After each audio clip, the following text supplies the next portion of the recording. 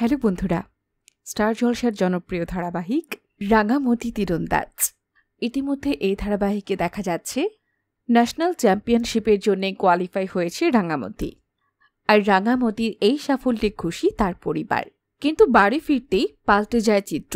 দরজায় দাঁড়িয়ে থাকে বৃন্দা। সে জানায় যে এই বাড়ি এখন তার নামে, তাই এ বাড়ি থেকে থাকবে আর কে না থাকবে সেই সিদ্ধান্ত সেই নেবে। এই বলে সে রাঙামতির হাত থেকে ধনুকটা কেড়ে নেয় এবং তাতে পেট্রোল দিয়ে আগুন ধরিয়ে দেয়। সে রাঙামতিকে বলে, এইবার ফুটপাতে গিয়ে তুমি তীরন্দাজগিরি প্র্যাকটিস করো। বৃন্দার এমন কাণ্ডে কষ্ট পায় রাঙামতি। সে যে আগুনে তার স্বপ্ন পড়েছে সেই আগুনে হাত রেখে সে শপথ করে এর জবাব সে দেবে।